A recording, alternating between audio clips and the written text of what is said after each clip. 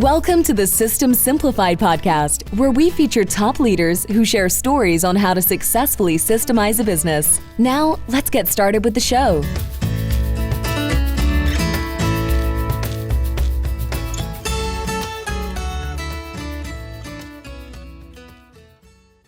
Hello, Adi Klevit here, the host of the System Simplified podcast, where I feature top founders, entrepreneurs, and thought leaders about systematizing a business.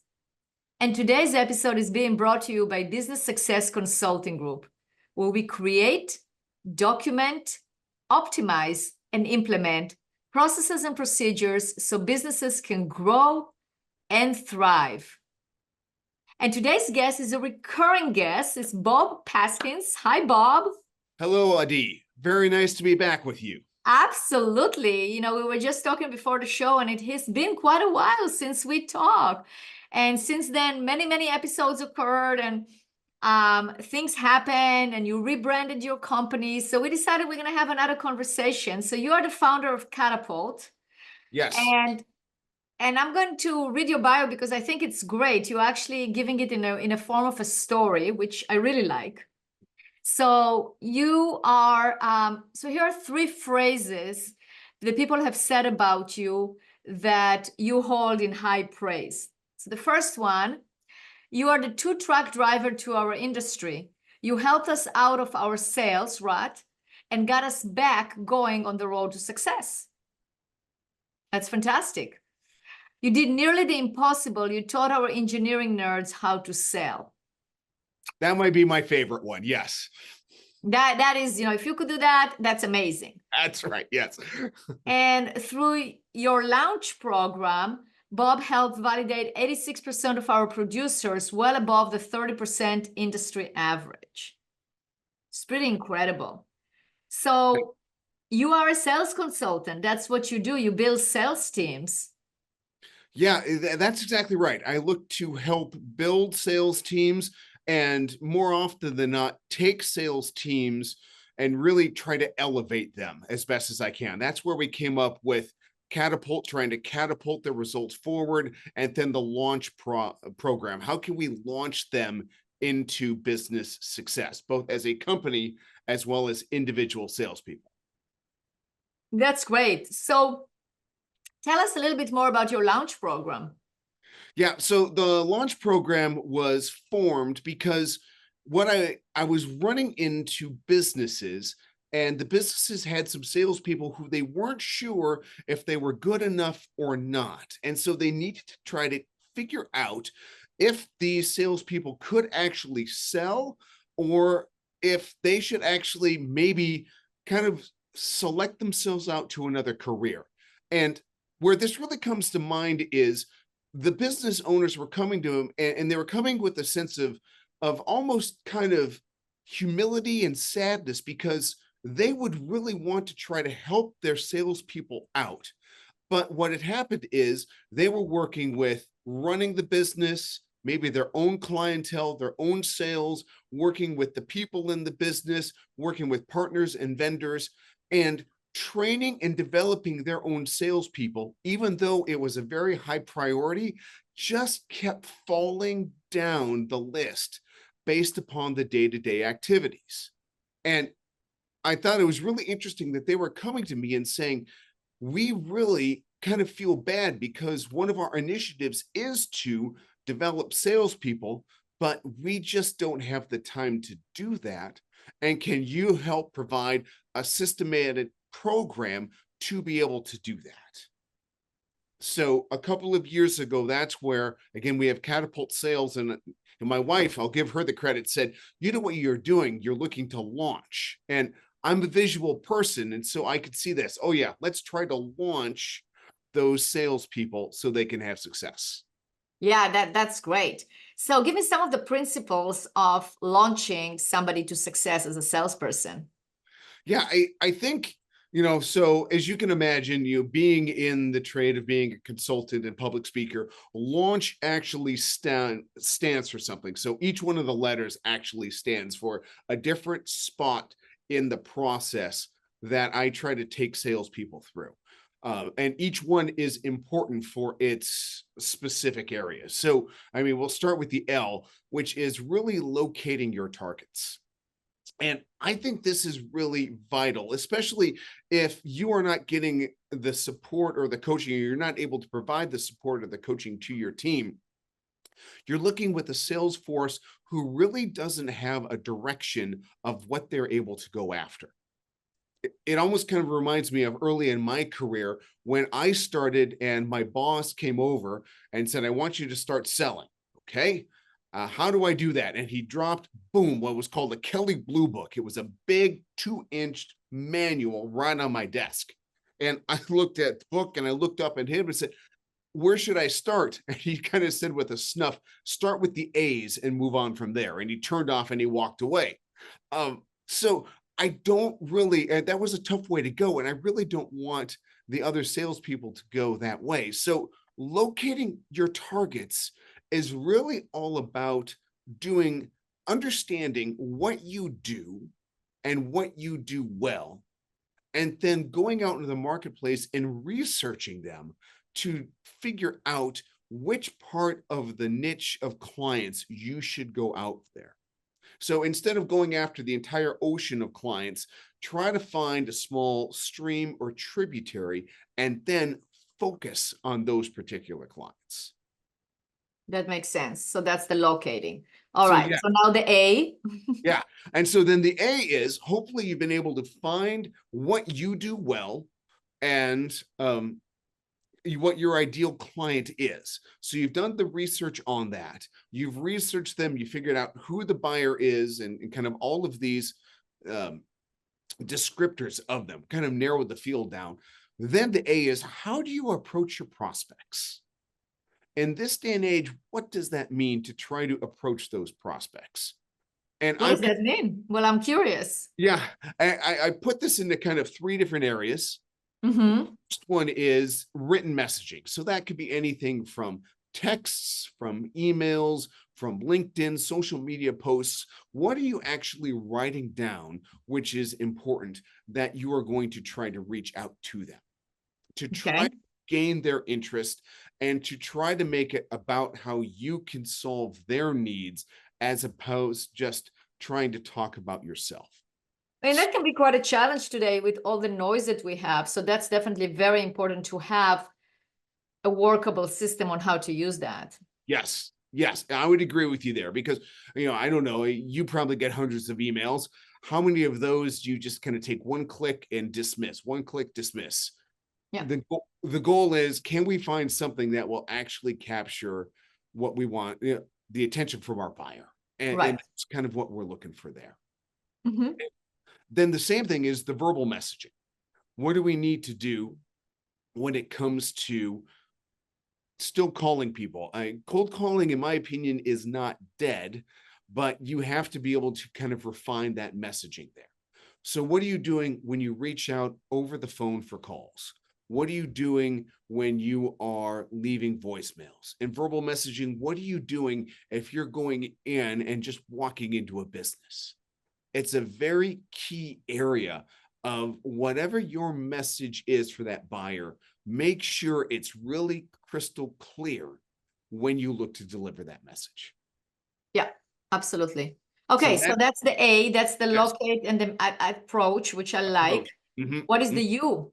So the U then, kind of taking the next step forward in this process is really trying to understand the needs of the buyer. That is a big item.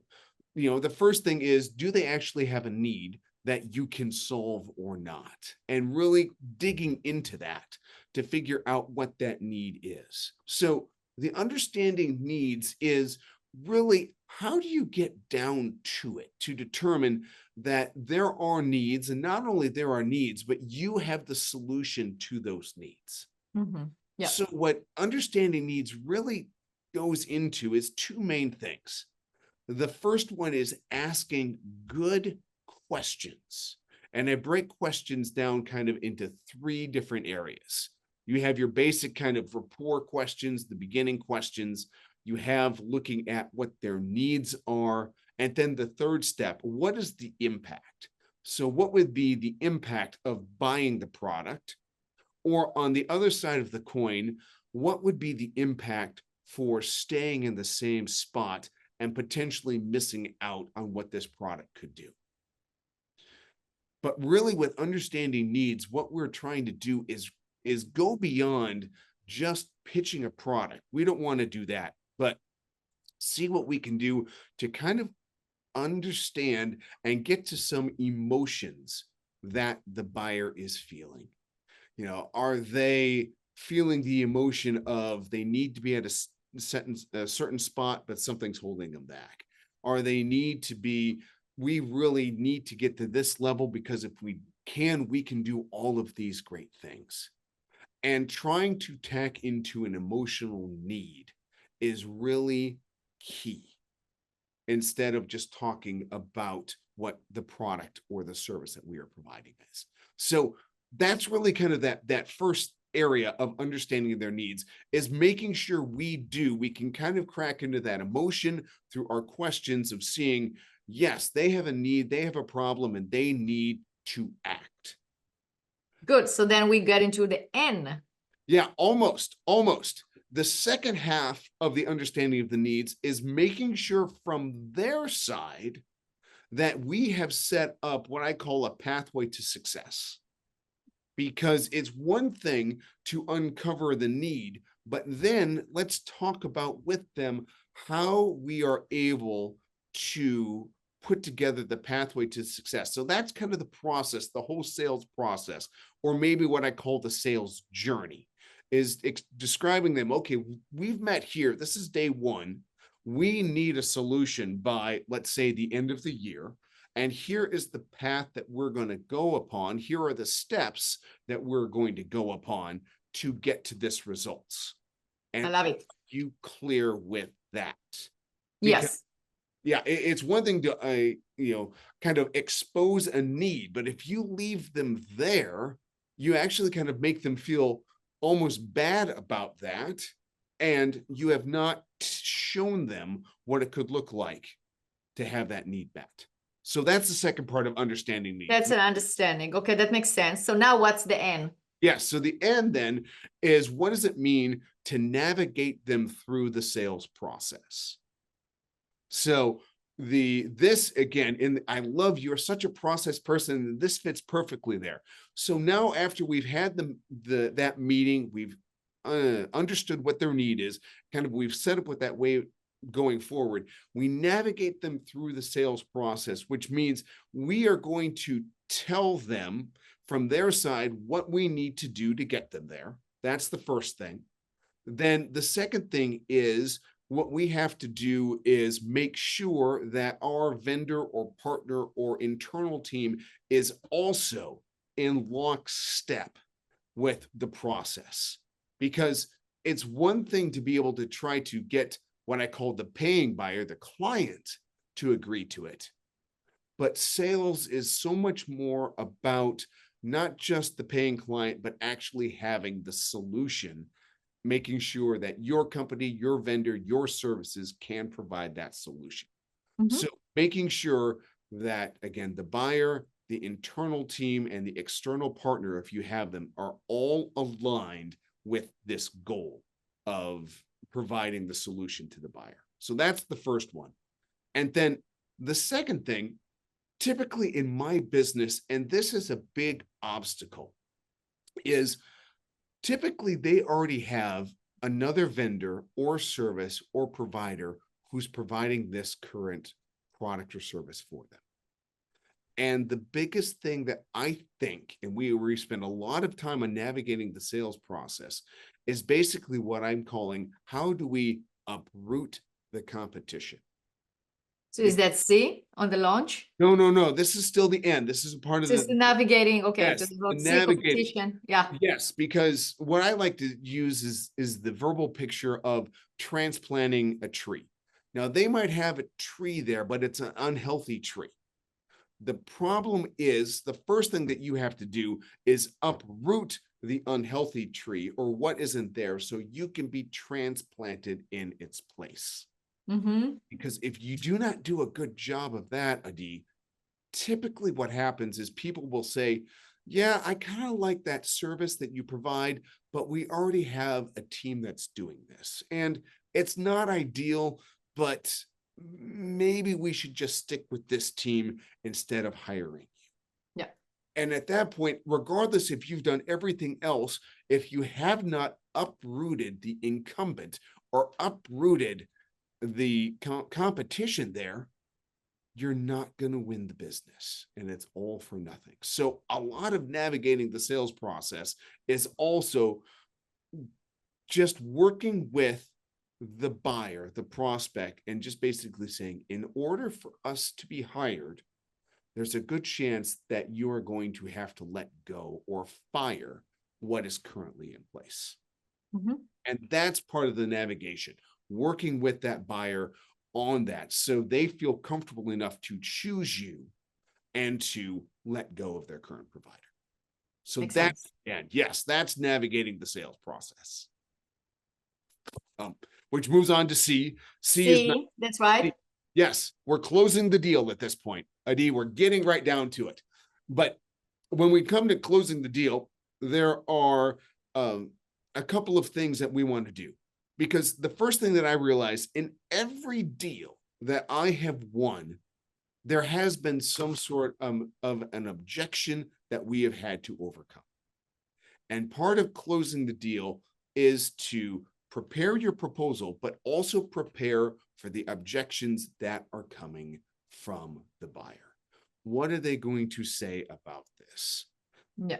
There's always going to be something. Maybe it's, program structure, maybe it's price, maybe it's timing, maybe it's decision makers. You've probably run into this with your business as well. There is some sort of objection or question that you have to deftly move past. And that's one of the big things. Is the first part is, what are we doing when we put our proposal together, just to do the best that we can to show how we solve the needs, but to be ready for the objections that are coming. Because Adi, we know those objections are coming. They are. So hopefully then, once you've been able to overcome those objections, then we get into the closing questions. The closing questions simply comes back to, are we coming back to address the need that we talked about earlier in the understanding the needs, the U process of this?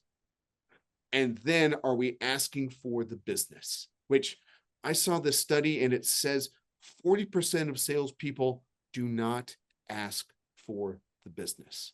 I can totally see that. Yeah. So definitely part of closing is asking for the business. You're absolutely right. Okay. So we get through that. Yes. And so we get through that. And hopefully, hooray, at that point, they have signed on the line. But our work is not done, because then we get to the H. And what is the H? I'm trying to figure out. Hospitality?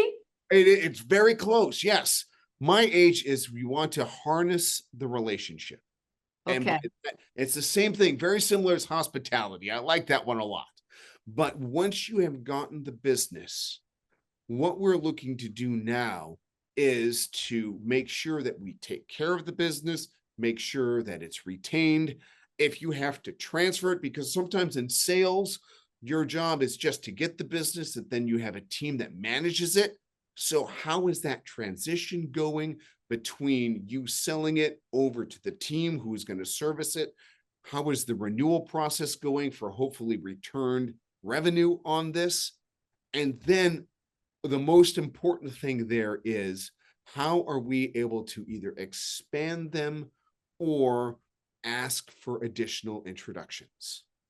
Because that's the biggest thing. If we've won the business, I'd like to say the client, the happiest day the client will have is when they choose you to be the new provider of the product and service, which should set you up to be able to ask for introductions or referrals. And that's how you really look to harness that relationship moving. I love it. So from your philosophy, from what you believe, you think referrals should be asked immediately after the close? It depends. That's a great question. It depends on what type of sale. If it is a sale where you may not reach out to them anymore, they just want something, they're happy with it, then yes, I would look to ask for it. Other sales, they're going to choose you, but they're going to choose you to try to solve a problem. And that problem might take 3 to 6 months. And in those types of opportunities, I would not ask right when we get the business, because at that point, in my viewpoint, they're just hiring you to start the work. That makes sense. I mean, if you buy a car and you had a great experience, at the close, absolutely ask for who else do you know that can benefit from this service. But if you are a trusted advisor and they just start like a financial advisor and they didn't like the last one and they tried you, but you didn't provide any results yet, just wait until you provide results. So I agree. Yes. So exactly right. If it's more of a commodity base, I love your examples. If it's a car, yes, you're asking for them. If it's a software system, yes, you can ask for it. But if it's something that you are planning to put the program in place, financial services, insurance, the engineering nerds that I worked for, we wouldn't ask for the introduction at that time. We would ask for the introduction once we are starting to fulfill the promises. And there is traction. Absolutely. Absolutely. Yes. Bob, it's amazing. You are a wealth of information and you completely systematize that sales process that you help people with and explained it so clearly that everyone can understand. So if people want to get a hold of you, what should they do? Yeah, sure. The best thing for me is just, I have my website or my email, which is bobpaskins.com or bob@bobpaskins.com. The email's always great to be able to reach out to me. I'm also here on LinkedIn. I'm sure you're going to be posting that.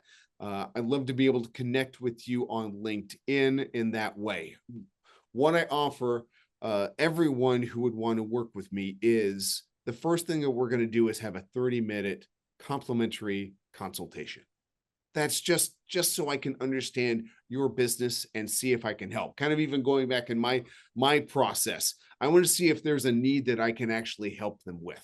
So we look to provide that. I provide 30 minutes. It's absolutely 2 promises there. Number 1, there's no charge. And then number 2, I don't want to sell you anything over that consultation, just for me to learn about the business.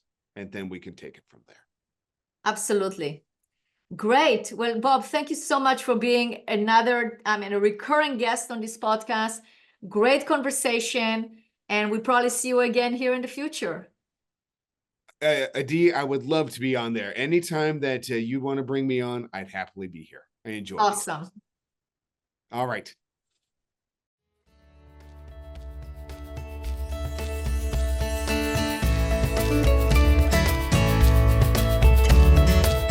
Thanks for listening to the System Simplified podcast. We'll see you again next time, and be sure to click subscribe to get future episodes.